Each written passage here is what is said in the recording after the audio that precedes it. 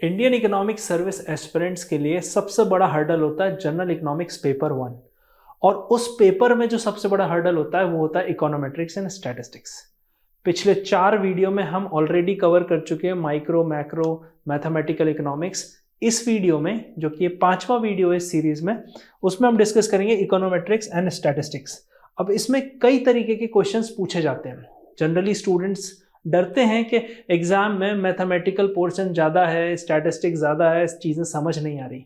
But let me tell you honestly, जब भी हम इस एग्जामिनेशन को अप्रोच करते हैं ना, ये लैंग्वेज वाइज चेंज होती है बट कॉन्सेप्ट वाइज इकोनॉमिक्स रहती है। जैसे फॉर एग्जांपल कोई थ्योरी है, मुझे इकोनॉमिक्स आती है, मुझे वो थ्योरी एक्सप्लेन करनी है तो मुझे इंग्लिश लैंग्वेज का यूज़ करना है।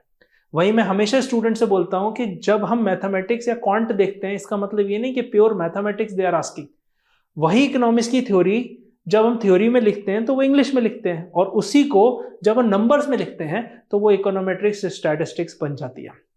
और आज के इस वीडियो में हम इस पेपर को डिकोड करेंगे, कैसे आप आसानी से इस पेपर को अप्रोच कर सकते हो और कैसे इंटरलिंक कर सकते हो इंडियन इकोनॉमी के कॉन्सेप्ट से, माइक्रो इकोनॉमिक्स और मैक्रो इकोनॉमिक्स के कॉन्सेप्ट से। तो आइए शुरू करते हैं। इसमें सबसे पहले देखेंगे प्रोबेबिलिटी एस्टिमेशन, हाइपोथेसिस टेस्टिंग और इकोनॉमिक इंटरप्रिटेशन। ये 4 मेजर एरियाज जो रहेंगे वो आपके बार बार एग्जाम में पूछे जाने वाले क्वेश्चन में से है, तो इसको हम देखते हैं। ठीक है, शुरू करते हैं। Why statistics and econometrics decide IAS rank, क्योंकि यहीं पर बच्चों के मार्क्स लूज होते हैं। जब भी हम एज ए स्टूडेंट देखें तो कहीं ना कहीं बच्चे इस एरिया से घबराते हैं। आज हम इसको कंसेप्चुअली क्लियर कर लेंगे। एंड आई होप आपने अपना आंसर राइटिंग फ्री और पीडीएफ डाउनलोड कर लिया होगा। नहीं है तो नीचे सपोर्ट नंबर दिया है जिसमें A to Z answer writing जो मैंने आपको पिछले वीडियो में बोला था वो आप कलेक्ट कर सकते हैं। ठीक है, उसमें पूरा A to Z बताया कैसे क्वेश्चन को डिकोड करना है, क्या आंसर लिखना है, कैसे इंट्रोडक्शन है, सारी चीजें। अब ये जो इकोनोमेट्रिक्स है ना या स्टैटिस्टिक्स है, ये है रियल डिफरेंशिएटर। रियल डिफरेंशिएटर मतलब इमेजिन करो आप मिनिस्ट्री ऑफ फाइनेंस में जाते हैं, वहां पे काफी सारा डेटा है और वो डेटा से आपको डिसीजन लेना है, और डिसीजन $बिलियन का है। देश की संपत्ति है जो ट्रेजरी है, उसको कहाँ इन्वेस्ट करना है, कहाँ से डेटा आएगा, उसके हिसाब से डिसीजन लेना है। अब उस डिसीजन को लेने के लिए आपको ये 2 सब्जेक्ट बहुत ज्यादा इंपॉर्टेंट है। ठीक है, तो अब हम एक एस्पिरेंट्स की तरह नहीं, हम एक ऑफिसर की तरह इसको समझने की कोशिश करेंगे। ठीक है, ज्यादातर एस्पिरेंट को क्या होता है ना, वो उनको फॉर्मूला पता होता है। मतलब अगर मैं आपको बोलूं कि कंजम्पशन और इनकम का रिलेशनशिप दिखाना है, तो कंजम्पशन और इनकम का रिलेशनशिप तो वो दिखा देंगे, पर उसके बाद क्या चीज आएगी, फॉर्मूला भी बता देंगे। तो उसके बाद जो सेकंड चीज है ना, रिजल्ट को इंटरप्रेट करना, वो नहीं कर पाएंगे। तो कंजम्पशन और इनकम की बात करूं, जब हम कंजम्पशन और इनकम की बात करते हैं तो 2 कॉन्सेप्ट और जुड़ जाते हैं, जैसे मार्जिनल प्रोपेंसिटी टू कंज्यूम और कीन्स का मल्टीप्लायर मान लीजिए। अब जब आप इन दोनों चीजों को इंटीग्रेट करते हैं ना, तब आपको मार्क्स मिलते हैं। अगर आप सेम रिलेशनशिप लिखा देंगे तो नहीं आएगा। मतलब इंटरप्रिटेशन ऑफ रिजल्ट यहां पर इंपॉर्टेंट है, सिर्फ फॉर्मूला जानना नहीं। ठीक है, so UPSC uses this paper to filter applied economist. मतलब मुझे थ्योरी का ज्ञान है, मुझे कहानी पता है, मुझे चीजें पता है, क्या मैं उसको अप्लाई कर पा रहा हूं या नहीं, ये यूपीएससी इस पेपर में चेक करता है। ठीक है, तो ये है in IAS numbers without meaning gets 0 respect. मतलब अगर आपने सिर्फ नंबर्स लिख दिए, फॉर्मूलाज लिख दिए, डेरिवेशन लिख दी और उसका कोई मीनिंग नहीं दिखा तो आपको मार्क्स नहीं मिलेंगे। और आपको चाहे आपने डेरिवेशन उसमें पूछा गया नहीं पूछा गया, कई बार बच्चे लिख देते हैं। ठीक है, so IAS statistics test economic reasoning through data. तो डेटा देंगे वो, उसके हिसाब से इकोनॉमिक्स की रीजनिंग पूछी जाती है। इन हिंदी वी कॉल तर्क। रीजनिंग मतलब कोई एक चीज हुई है तो उसके हिसाब से क्या होने वाला है। ठीक है, how UPSC frames statistics and econometrics question, ये समझेंगे हम कि कैसे यूपीएससी इंडियन इकोनॉमिक सर्विस में क्वेश्चंस को फ्रेम करता है। ठीक है, व्हाट क्वेश्चन रियली आस्किंग। सबसे पहले आईएएस के क्वेश्चन में देखते हैं, एस्टिमेशन प्रॉब्लम रहती है। जैसे फॉर एग्जाम्पल एस्टिमेशन की बात करूं, डेटा है कोई, अब डेटा है लार्ज पॉपुलेशन का। अब ये पॉपुलेशन का डेटा है, आपको क्या एस्टिमेट करना है उससे, ये एग्जैक्टली आपको समझना है। कंजम्पशन और इनकम की बात करते हैं। कंजम्पशन और इनकम हमने देखा कि किसी सोसाइटी में इनकम बढ़ी तो कंजम्पशन भी बढ़ गया उसके साथ साथ। वहीं अगर आप इसको marginal propensity of consume marginal propensity to consume से कनेक्ट करेंगे और कीन्स के मल्टीप्लायर से कनेक्ट करेंगे, तब आपको रियलाइज होगा कि एस्टिमेशन प्रॉब्लम किस डेप्थ में पूछी जा रही है।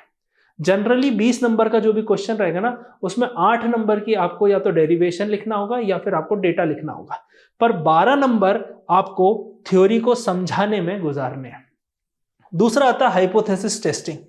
तो कोई भी हाइपोथेसिस है उसको टेस्ट करने के लिए पूछा जाता है। जैसे कोविड-19 है, उसमें वैक्सीन बनी थी, तो वैक्सीन को आप एक हाइपोथेसिस टेस्टिंग में देख सकते हैं कि भाई वैक्सीन से कितना असर हुआ, कितने लोगों की जान बची कोविड-19 के टाइम, कितनी वैक्सीन हमने रिजेक्ट कर दी, तो किस किस टाइप का एरर हुआ, टाइप 1 हुआ, टाइप 2 हुआ, ये सारी चीजें इसमें पूछी जाती हैं। फिर रिग्रेशन बेस्ड क्वेश्चंस आपसे पूछे जाते हैं। तो लिंक, जैसे टैक्स बायंसी का जीडीपी से लिंकेज, जैसे इंफ्रास्ट्रक्चर स्पेंडिंग का जीडीपी से लिंकेज, तो इस टाइप से रिग्रेशन बेस्ड क्वेश्चंस आपसे पूछे जाते हैं, जहां पे इकोनॉमिक इंटरप्रिटेशन ही मेन होती है, पर डेटा के थ्रू वो समझना चाहते हैं कितने कॉन्सेप्ट आपके क्लियर है। ठीक है, सो इंटरप्रिटेशन बहुत ही ज्यादा इंपॉर्टेंट है। फॉर एग्जाम्पल जीडीपी में आपको इंक्रीमेंट देखना है इंफ्रास्ट्रक्चर स्पेंडिंग का, तो अगर मैं बोलूं कि वहां पे बीटा की वैल्यू अगर 0.8 है, तो इसका क्या मतलब है कि अगर मैं 100 करोड़ का इंफ्रास्ट्रक्चर बना रहा हूं तो जीडीपी में 80 करोड़ का इजाफा होगा, 80 करोड़ का इंक्रीमेंट होगा। ठीक है, व्हाट यूपीएससी अज्यूम्स, क्या अज्यूम किया जाता है यूपीएससी द्वारा कि आपको प्रोबेबिलिटी आती है और आपको एस्टिमेशन की टेक्निक भी आती है, ये चीज अज्यूम की जाती है। ठीक है, what UPSC can test, can you explain what the result implies economically, मतलब देश पे इकोनॉमिक लेंस से देखते हुए किस टाइप के रिजल्ट वहां पे आप इंटरप्रेट कर सकते हो और एक्सप्लेन कर सकते हो, जैसे कि मैंने आपको काफी सारे एग्जांपल्स बताए। तो इस टाइप के क्वेश्चंस आपके सामने रहेंगे, आप पीवाईक्यूज पे चेक कर सकते हैं। प्रोबेबिलिटी एंड डिस्ट्रीब्यूशन, अच्छा पीवाईक्यूज भी मैंने आपके लिए कंपाइल करे हुए हैं, तो मेहनत नहीं करनी है सेग्रीगेटेड की पीवाईक्यूज लेने की, वो भी आप सपोर्ट नंबर पे मांग लेना, आपको पूरे सेग्रीगेटेड पीवाईक्यूज मिल जाएंगे 2011 से लास्ट ईयर तक, लेटेस्ट ईयर तक। ठीक है, अब डिस्ट्रीब्यूशन जो है, they are tools not theory.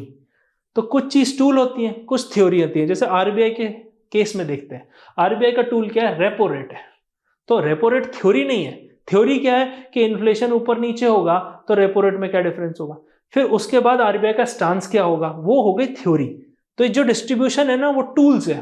Tools कैसे, जैसे फॉर एग्जांपल 3 तरह के डिस्ट्रीब्यूशन होते हैं, normal distribution, Poisson distribution and binomial distribution. तीनों को अपन समझते हैं अच्छे से आराम से। पहले ये देखते हैं कि यूपीएससी किस पे फोकस करता है। When to use which distribution, पहले तो ये पता होना चाहिए कि कब कौन सा डिस्ट्रीब्यूशन यूज करना है। जैसे कि नॉर्मल डिस्ट्रीब्यूशन की बात करते हैं, ठीक है, तो नॉर्मल डिस्ट्रीब्यूशन में देश की जनता है, उसका इनकम लेवल आपको जज करना है, तो नॉर्मल डिस्ट्रीब्यूशन आप यूज करोगे, मतलब income level of whole country. फिर अगर पॉइजन डिस्ट्रीब्यूशन की बात करें हम, तो ये कहां पे यूज होता है, ये कई ऐसे इवेंट पे यूज होता है जो कभी कभी आते हैं। जैसे फॉर एग्जांपल इकोनॉमिक क्राइसिस ले लेते हैं। अब इकोनॉमिक क्राइसिस कोविड-19 में आई थी, उसके पहले 2008 की सब प्राइम क्राइसिस आई थी, उसके पहले 1970s में स्टैगफ्लेशन आया था, या 1997 की एशियन फाइनेंशियल क्राइसिस थी। तो ऐसे जो सडन इवेंट्स होते हैं ना, उसमें हम पॉइजन डिस्ट्रीब्यूशन यूज करते हैं। अब आ जाता है बाइनोमियल डिस्ट्रीब्यूशन। अब बाइनोमियल डिस्ट्रीब्यूशन में क्या होता है, यस नो की बात होती है, तो ये बाइनरी टर्म्स में चलता है। जैसे फॉर एग्जांपल नई टेक्नोलॉजी आई एग्रीकल्चर में, तो क्वेश्चन ये पूछा जाएगा, did farmer use the new technology in the farming, तो इसका आंसर यस और नो रहेगा। तो आपको ये इंटरप्रिटेशन क्लियर होना चाहिए। अब लोगों को क्या, इनके फॉर्मूले याद होंगे, इनका ग्राफ याद होगा, है ना, सारी चीजें याद होंगी, पर ये अप्लाई नहीं कर पाएंगे जब क्वेश्चन पूछा जाएगा, यहीं पर फंसते हैं। फिर उसके बाद अप्लाई कर लिया इंटरप्रिटेशन, क्या रिजल्ट निकला भाई उसका। जैसे इंडियन इकोनॉमी की बात करते हैं, एम्प्लॉयमेंट जनरेशन की बात करते हैं, ठीक है, तो ईपीएफओ का डेटा भी आता है और पीएलएफएस का डेटा भी आता है। अब इन दोनों में से कौन सा डेटा इंपॉर्टेंट है एम्प्लॉयमेंट जज करने के लिए इंडिया में? एक है प्रोविडेंट फंड का फॉर्मलाइजेशन बताता है, और एक पीरियडिक लेबर फोर्स सर्वे है पीएलएफएस। तो अब आप मुझे कमेंट सेक्शन में बताइए कि इनमें से कौन सा डिस्ट्रीब्यूशन मैं इसके लिए यूज करूं। ठीक है, सोच के बताना, सही आंसर देने की कोशिश करना। तो मीन है, कितना वेरिएंस है, ये सब चीजें समझते हैं। और फिर रैंडम वेरिएबल्स का बिहेवियर, किस तरह से वो रिएक्ट कर रहे हैं। ठीक है, जनरली स्टूडेंट्स कहाँ मिस्टेक करते हैं, वो प्रॉपर्टीज लिखने लग जाते हैं डिस्ट्रीब्यूशन की। प्रॉपर्टीज नहीं चाहिए, इंटरप्रिटेशन चाहिए। ठीक है, और explaining why a distribution is used is important. तो ये भी भाई एक इंपॉर्टेंट चीज है, जब जो क्वेश्चन में पूछा जा रहा है उसका ध्यान देना है। ऐसा नहीं कि कॉन्सेप्ट लिखा है, जैसे मैंने आपको पिछली स्लाइड में बताया था कि यूपीएससी एक्सपेक्ट करता है आपको प्रोबेबिलिटी आनी चाहिए, तो इसका मतलब ये नहीं हम प्रोबेबिलिटी की डेफिनेशन लिखने लग जाए। ठीक है, सो choice of distribution reflects understanding of data. तो जितना अच्छा से आप डेटा को समझोगे, डेटा के इंटरप्रिटेशन को, उसी हिसाब से आप डिस्ट्रीब्यूशन चूज कर पाओगे। ठीक है, अब आ जाते हैं बात एस्टिमेशन पे। What matters beyond the formula, estimators की बात कर लेते हैं। ठीक है, अब आ जाती है प्रॉपर्टीज ऑफ एस्टिमेटर्स। अब जनरली इकोनॉमी में जब भी हम कोई चीज एस्टिमेट करने बैठते हैं, ये हमको बिहेवियर बताती है। जैसे फॉर एग्जांपल बीटा, बीटा एक कोएफिशिएंट है मान लीजिए, वो कोएफिशिएंट का कितना इंपैक्ट है। एक एग्जांपल लेते हैं, सितंबर 2025 में जीएसटी 2.0 इंट्रोड्यूस हुआ। अब वो टैक्स कम करने से कहीं ना कहीं फायदा हुआ है किसको, कंज्यूमर को भी फायदा हुआ है और प्रोड्यूसर को भी फायदा हुआ है। बट अगर हम बोलें कि जीएसटी इतना कम करने से प्रोड्यूसर को कितना फायदा हुआ, एमएसएमई को कितना फायदा हुआ, मतलब टैक्स रेट कम करने से कितना एम्प्लॉयमेंट जनरेट हुआ है, अगर इसी सेम चीज को देख लें तो वो कितना एक्यूरेट है, वो कोएफिशिएंट का एंगल कितना है। रीजन है कि डेटा यहाँ पर इतना क्लीन होना चाहिए जिससे कि हमारी जो टैक्स पॉलिसी है वो गड़बड़ ना आ जाए। कई बार ऐसा लगे शायद टैक्स बढ़े हुए अमाउंट में सरकार को रेवेन्यू भी आ रहा था और इकोनॉमी भी सही चल रही थी, टैक्स का अमाउंट करने में नुकसान हो गया। तो ये सब चीजें एस्टिमेट कैसे की जाए, और उसी तरह से की जाती है। ठीक है, फिर आ जाता है एफिशिएंसी एंड कंसिस्टेंसी, मतलब डेटा कितना एफिशिएंट है। एफिशिएंट का सिंपल सा मतलब है यहाँ पे कि डेटा में कितना वेरिएंस आ रहा है। अगर डेटा अनबायस्ड है ना, और वो स्टेबल नहीं है, मतलब हम चाहते हैं कि डेटा जितना हो सके उतना अनबायस्ड रहे, जैसा कि यहाँ लिखा हुआ है ना, आपने सुना होगा best linear unbiased estimator blue. अब ये बेस्ट है क्यों, क्योंकि इसमें सबसे कम, मतलब स्टेबिलिटी सबसे ज्यादा होती है, अनबायस्ड भी। अब थोड़ा डेटा बायस्ड चल जाएगा, बट स्टेबिलिटी डेटा में पूरी होनी चाहिए, ये हमारी प्रेफरेंस रहती है। अब ये बच्चों को थ्योरेटिकली तो पता होगी, मान लो मैथमेटिकली भी पता होगी, पर इसको जब थ्योरी से लिंक करना होगा तब वहां पे बच्चे इन क्वेश्चंस में फंस जाते हैं। ठीक है, तो ये हो गई एफिशिएंसी की बात, मतलब कितना एफिशिएंट हमारा डेटा है। फिर कंसिस्टेंसी की बात करते हैं, कंसिस्टेंसी डेटा कितना है। फॉर एग्जांपल कंसिस्टेंसी के लिए लेते हैं, एक डिस्ट्रिक्ट लेते हैं, एक डिस्ट्रिक्ट लेवल पे हमने कोई पॉलिसी अपनाई और वो डेटा डिस्ट्रिक्ट लेवल पे सही चल रहा था। अब इसी सेम डेटा को डिस्ट्रिक्ट लेवल से मान लीजिए हम स्टेट लेवल पे ले जाते हैं, और फिर इसी स्टेट लेवल से नेशनल लेवल पे एनएसएसओ के लेवल पे ले जाते हैं, तो क्या डेटा कंसिस्टेंट है कि डेटा में प्रॉब्लम है। तो ये सारी चीजें वहां से, तो इकोनॉमिक मीनिंग इन पैरामीटर्स का इंपॉर्टेंट है समझना, और इसको लिंक करना इकोनॉमिक्स की थ्योरी से और इकोनॉमिक्स के कॉन्सेप्ट से। ठीक है, so estimator quality matters only if you can justify its use, मतलब जो भी एस्टिमेटर है उसकी क्वालिटी उस पर डिपेंड करती है कि आप उसका यूज कहां कर रहे हो, और अगर कहीं कर रहे हो तो उसको जस्टिफाई कर पाओ। ठीक है, ये आपके लिए बहुत इंपॉर्टेंट लाइन है। An estimator is valuable only if it reliably captures economic relationship. अगर ऐसा नहीं हो रहा है तो वो आपके काम का नहीं है, इट्स नॉट वैल्यूएबल। अब हाइपोथेसिस टेस्टिंग देखते हैं, ये तो आपने स्टैट्स में सुना ही होगा कई बार। ठीक है, तो इसमें logic is important, not the procedure, मतलब procedure is also important but logic is more important. ठीक है, अब IAS is not a maths test, it's a test of economics in the language of maths. ठीक है, देखते हैं UPSC को क्या चाहिए, करेक्ट नल हाइपोथेसिस। पहले तो नल हाइपोथेसिस करेक्ट होनी चाहिए। मान लीजिए नल हाइपोथेसिस क्या है, कोविड-19 की वैक्सीन लेते हैं। अब कोविड-19 की वैक्सीन आपकी हाइपोथेसिस हो गई। अब इसमें कई तरीके की एरर्स भी आते हैं। फॉर एग्जांपल, अगर हमारा नल हाइपोथेसिस ट्रू है और हम उसको रिजेक्ट कर दें, मतलब कोविड-19 की आपने एक दवाई बनाई और वो दवाई सही थी, मतलब उससे क्योर हो रहा था कोविड-19, पर आपकी रिसर्च ने उसको रिजेक्ट कर दिया, ये हो गया टाइप 1 एरर। अब दूसरा केस देखते हैं, हमने कोविड-19 की दवाई बनाई जो कि कोविड-19 को क्योर नहीं कर रही थी, बट हमने फिर भी उसको एक्सेप्ट कर लिया, तो लोगों के बीमार होने की स्पीड बढ़ गई, मतलब कोई चीज गलत थी उसको एक्सेप्ट कर लिया, दैट इज टाइप 2 एरर हो गया। तो ऐसे ही हमको समझना है कि कौन सा अल्फा है कौन सा बीटा है, टाइप 1 टाइप 2 अल्फा बीटा ऐसे हम बोलते हैं। तो इसी तरह से ये समझना है। फिर लॉजिक टेस्ट सिलेक्शन, भाई टेस्ट होगा उसका क्या लॉजिक है, ये सारी चीजें, ठीक है। फिर उसका इंटरप्रिटेशन ऑफ रिजल्ट, क्या चीज सही है क्या चीज गलत हो गई। अब इसमें स्टूडेंट जो कॉमन मिस्टेक करते हैं ना, वो क्या करते हैं, वो मैकेनिकल स्टेप पे चले जाते हैं, वो एमए लेवल इकोनॉमिक्स का आंसर लिखने लग जाते हैं और कोई भी कंक्लूजन नहीं लिखते।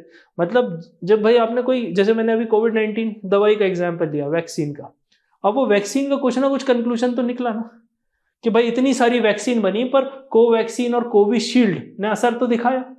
कुछ कह रहे हैं ये अच्छी है, कुछ कह रहे हैं इसके बाद बुखार आता है, जो भी है, but they were able to cure कोविड-19 एट दैट टाइम, ठीक है।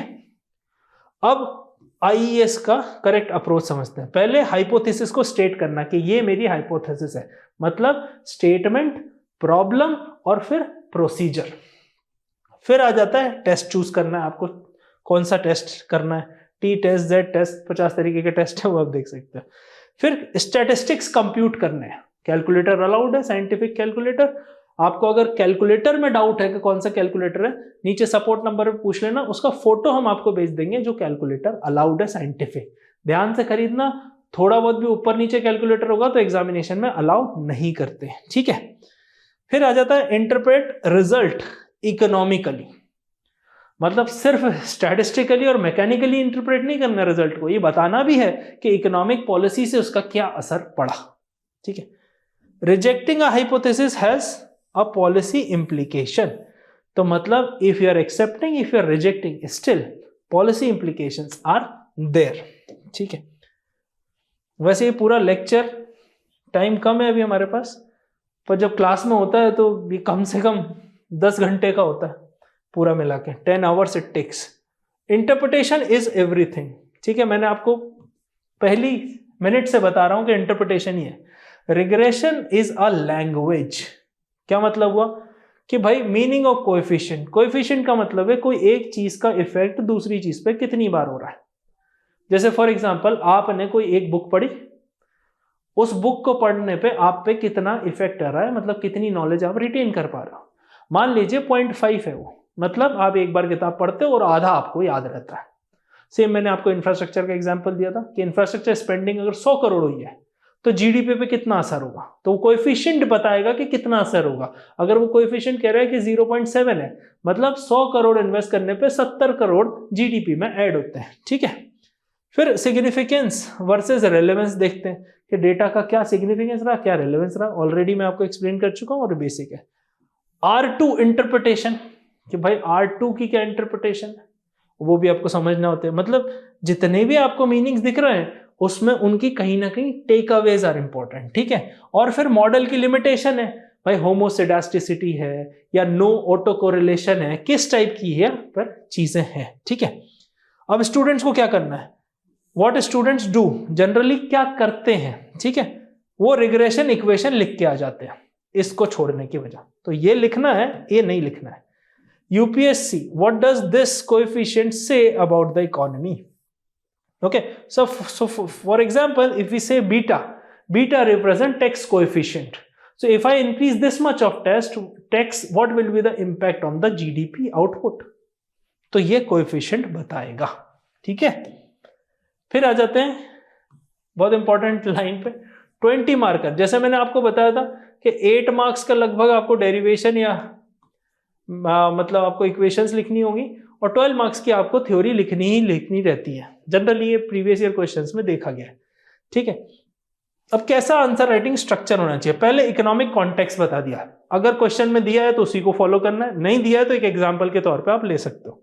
फिर कौन सा स्टैटिस्टिकल मेथड यूज करना है वो चीज बताई, फिर उसका क्या रिजल्ट रहा है उस टेस्ट का, फिर उसका इंटरप्रिटेशन इकोनॉमिक इंपैक्ट में, ठीक है। फिर उसके कोई लिमिटेशन है या अजम्पशन है तो वो, और लास्ट में पॉलिसी और इकोनॉमिक इंप्लीकेशन, मतलब इकोनॉमी में इससे क्या होने वाला है। मान लीजिए मैंने एक अनएम्प्लॉयमेंट के लिए बहुत अच्छा सा कोएफिशिएंट बनाया कि भाई अगर आप रेलवेज में इतना इन्वेस्ट करोगे तो इतनी नौकरियां बढ़ जाती हैं।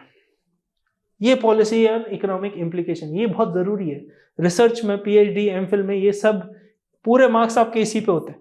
सेम है, 1-2 लाइन का ही जरूरी है, ठीक है। So interpretation alone can fetch 6 to 8 marks. देख रहे हो आप, 20 में से 6 to 8 मार्क्स अगर आपने सही से इंटरप्रिटेशन लिखा है तो। Final takeaway, how to score in IES, stats and econometrics. अच्छा, आपके लिए ना इसका एक फ्री टेस्ट मोबाइल ऐप पे अपलोडेड है, आप चाहो तो उसको देख के अपने आप को एक बार टेस्ट कर लेना कि क्वेश्चन किस तरह के आने, और पीवाईक्यूज तो मैं आपको दे ही रहा हूं। Think like a data analyst, मतलब डेटा तो है पर उसको एनालाइज करना है, इस तरह से आपको सोचना है, ठीक है। फिर जो भी रिजल्ट आए उसको क्लियरली एक्सप्लेन करना है, तो जो भी इंपैक्ट है आपकी थ्योरी का उसका रिजल्ट। फॉर्मूला डंपिंग को अवॉइड करना है, मतलब सिर्फ फॉर्मूलाज आते हैं डजंट मीन कि आपको आंसर आता है, ठीक है। And always conclude economically, economics की बात करनी है कंक्लूजन के टाइम, हमको डेटा पे एंड नहीं करना है, 2 लाइन का इंटरप्रिटेशन या कंक्लूजन लिखना है। सो data speaks when economist interpret it, तो सिर्फ डेटा का टेस्ट नहीं है, इकोनॉमिक्स का डेटा की भाषा में टेस्ट है। तो आई होप कुछ चीजें समझ में आई होगी। If you are interested in class and batch, this is the number, you can inquire here for live classes, hard copy study material, weekly test, answer writing session dedicatedly for subject wise, PYQ discussion and lot of things are there, ठीक है। तो मिलते हैं अगले video में। 2 video और बचे हैं इस सीरीज के, 4 वीडियो इसके पहले पब्लिश हो चुके हैं, आई होप आपने वो सारे देख लिए होंगे। मिलते हैं अगले वीडियो में, don't forget to subscribe. Thank you, जय हिंद।